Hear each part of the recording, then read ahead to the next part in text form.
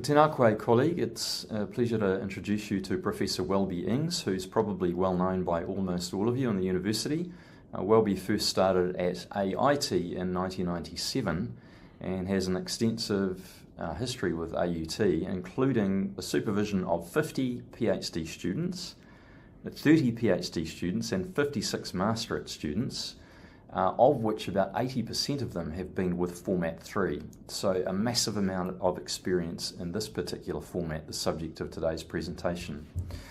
And so, as the cliche says, without further ado, it's a pleasure to hand you over to Professor Welby Ings to talk through use of Format 3 in supervision. Kia ora, everyone. What I thought, we've got 10 minutes. So I thought what I'd do is try and condense this into 10 minutes. That's an easy way of getting your head round and answering the question, if I had a candidate came to me and they were thinking of a Format 3, what might that involve? So basically, Format 3, as we call it today, AUT was a very early adopter of this. And it's been closely associated with universities that have got a base in the professions. So let me show you basically the structure. It differs from other theses in that it normally has two parts. It has an exegesis, which is a body of written work, and then it has a piece of practice. So the format is distinguished by having two parts in it. The interesting thing about the practice is that is the primary site of the research. So that is the place where the research all happens. And the exegesis is the piece that explains it. So from exegesis, it's a term we borrowed from theology, meaning to explain. So there's a body of practical work. If you look at our handbook, the body of practical work forms the primary site of the inquiry. We don't put a percentage on it. Back in the day, we used to go kind of like 80% and 20% writing. But now we understand that in different studies, it differs slightly. Okay, so what could be Format 3?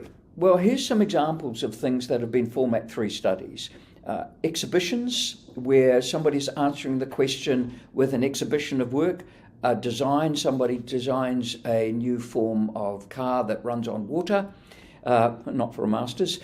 It might be a novel, a screenplay, or collection, like a collection of short stories or of poetry. Could be a film or animation, a performance, so that can go everything from dance, theatre, music.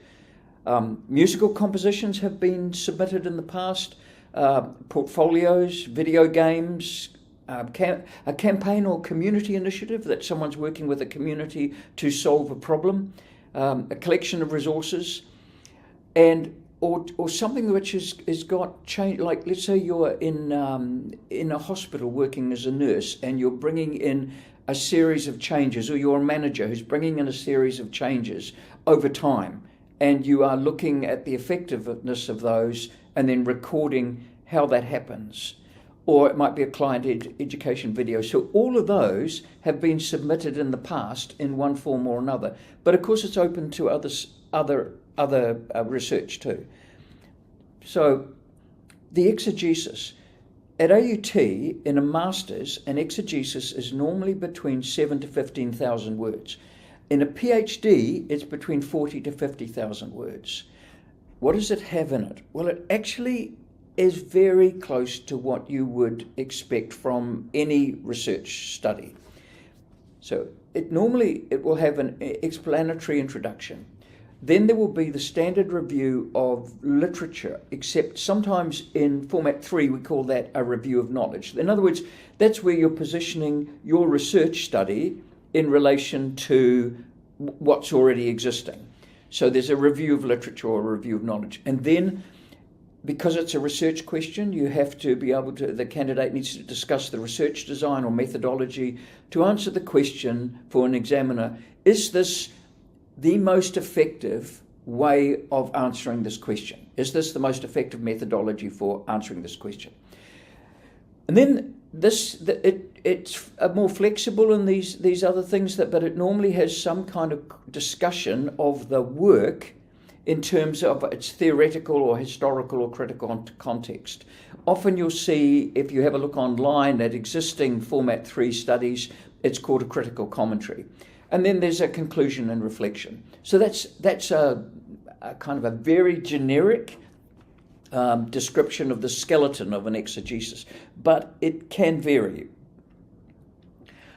Okay, so maybe the easy way to do this is to look at some examples of it and see how these play out. So here's an example from, this has come from business. So this is Mike Hutchison. It was a master's done as an MPhil in 2015. So the book you're seeing there, that is his exegesis.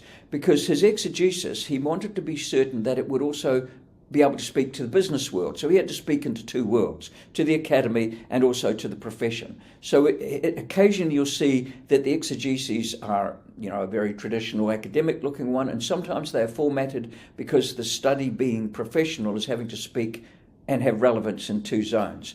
The little USB thing there you see is are his podcasts, his vodcasts, that the examiner can plug in and watch. So there's the practical work on that side, and then there's the exegesis on the other. So if we have a look at that, the question he's answering can only be answered by practice. So this is the big one. The question that the candidate asks has to be something that can be only answered if they conduct practice. So he goes, how might I design in documentary and vodcast form some texts that effectively communicate to business and education sector audiences the nature and importance of fostering creativity in New Zealand business. So his question was, how do we get across to people who are maybe just entering business, what does creativity look like and how do we foster it? So if you have a look, this is just a wee example from one. So he designed about 4 vodcasts, and he also, that were able to be loaded onto YouTube, that are quick, like 3-minute looks. But then there's a broader documentary. So as a piece of work, this is an example.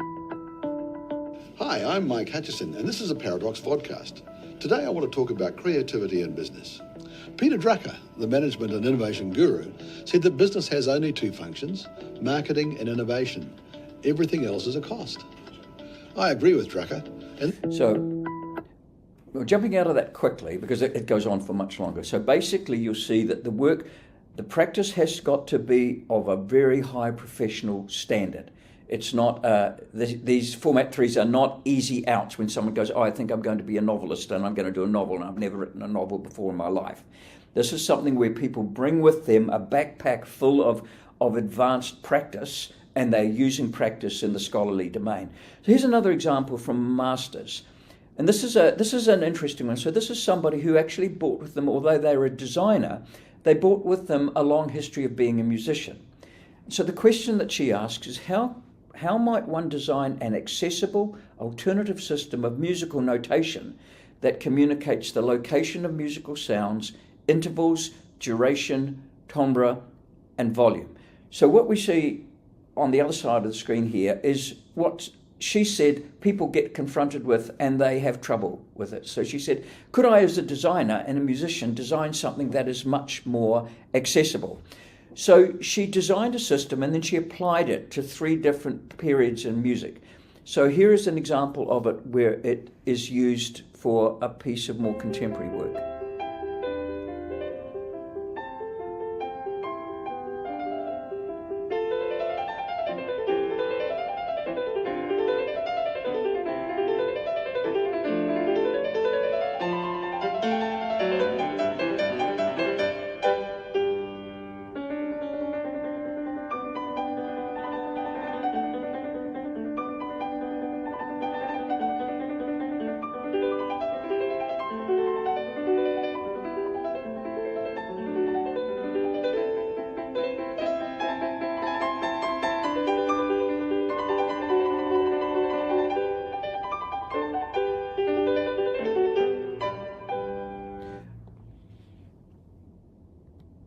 One of the big advantages of these practice-oriented research projects is that they often get very high currency in the professional world that we support.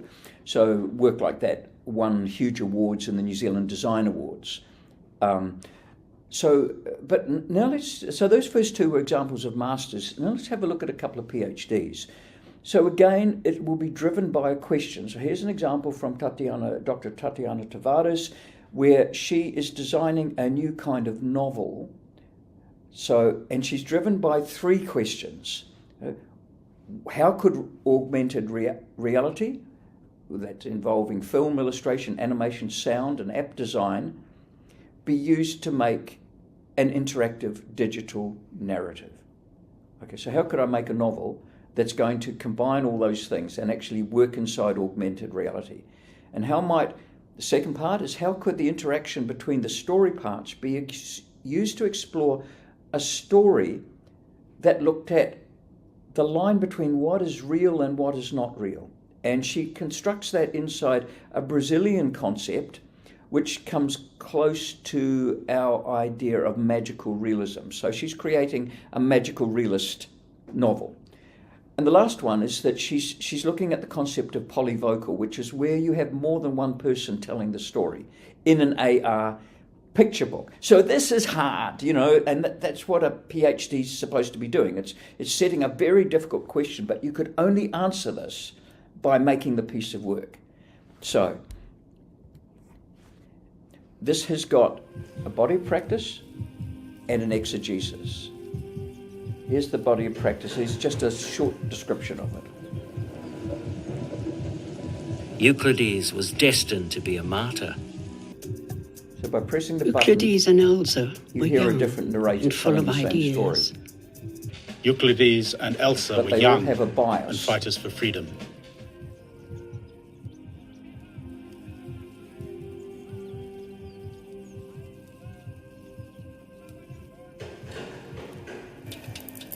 His photograph shattered on the floor.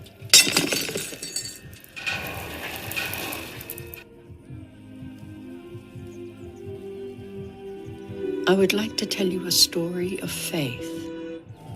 There is original sin, and God never forgets. There is good and evil in this world. Both are necessary.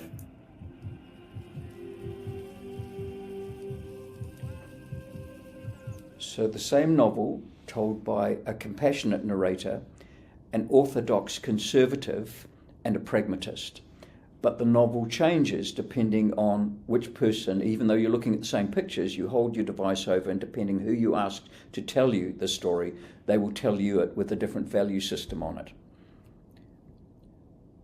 So, often in areas in the practice-led research, the methods, they will often involve field journals, they'll have archive research, and they generally have some kind of iterative development. That is when you're trying stuff out and adjusting and trying to get it better. And so that doesn't matter whether it's on a ward and you're trying some system to see if you can get a better environment for a patient, or you're in an organization and you're trying something. So it's not just making an artifact. You are researching and trying and reflecting and refining until you get to something. So the methods in these often have a lot to do with iterations of stuff.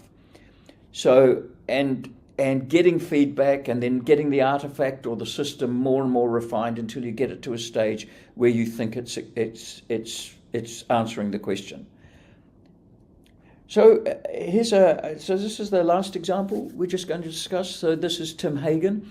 So here's somebody who's using a new approach to designing podcasts. So the theoretical world he's looking at is the concept of the podcast and innovations and commentary on podcasts. Because it's a PhD, just as the one beforehand, you are expected in the practice to bring new knowledge forward. So it's not just a synthesis and application of what exists. You're expected to bring something new. So he's bringing a new form, designing a new form of podcasting. He has a professional background. So one of the things that we've found really useful, irrespective of the field, that when people apply to do one of these, they're expected to put a portfolio or CV in that shows that they have the equivalent background in the area that they're doing the practice as somebody who has spent 3 years doing an undergrad degree and 2 years doing a master. So that's why, as I said, it's been very well tailored for our scholarly communities that have lived outside of the academy and they come into the university to do a project. So here's somebody who'd been a designer in New York, who's a very successful writer, and he designs a new form of podcast. So the podcasts are new, but his portfolio showed his ability. So the question he's asking is, what is the potential of podcasting to shape an episodic autobiographical narrative as a means of expanding dialogues about mental health and addiction issues among 17 to 25-year-old audiences? So there's a target, and he's going, could you design a particular form of podcast that would work effectively to address this question?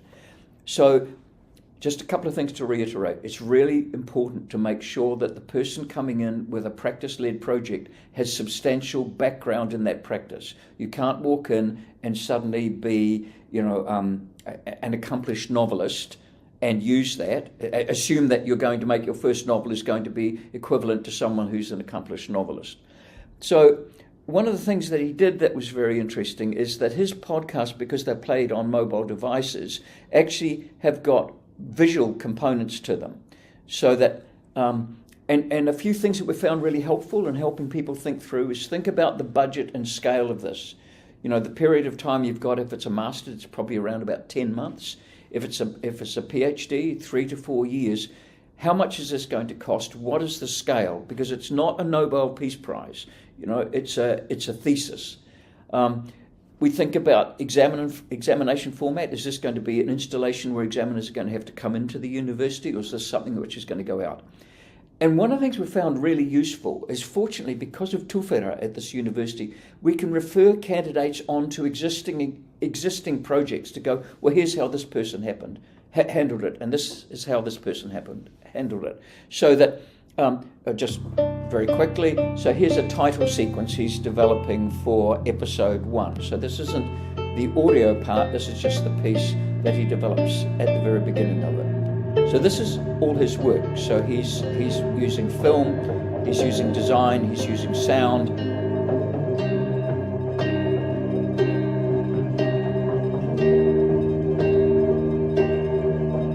The new knowledge, it's a new form of podcasting that he's bringing into the world.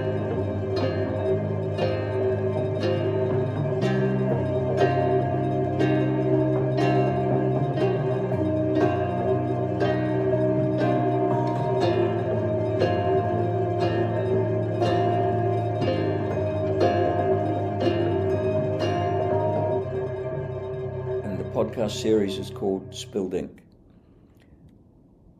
So let's summarize this. If you've got a candidate working in format 3, it is practice-led. So the primary site of the research is in the practice. So the question is something that can only be answered by practice. The exegesis, which is the supporting document, will always have a review of knowledge and a discussion of the methodological approach. And then it will have some kind of critical commentary on the work, but that can vary. If someone is applying, we always make sure that we have seen evidence of existing and established ability in the practice. Really helpful thing that we find with candidates is to get them to look at examples. And because, this university has been and has had things like tūwhera, which is this more open access, it means that you can direct them to stuff. And if you're not sure, just ask. It's a very generous community, this. We're interested in trying to make education really relevant for people. So there are lots of good examples. And discuss with them very carefully the planning of the project, so they're not trying to design the Hanging Gardens of Babylon in 10 months. So scale, cost, and time. So, hopefully that's a bit of help in clarifying. But if you're not sure, ask. We've got expertise right across the university. We're proud of this. We're one of the leading universities in this form of research. And so we've got accrued stuff and we've got goodwill there. And I hope that that's helpful. Kia kaha. Thank you.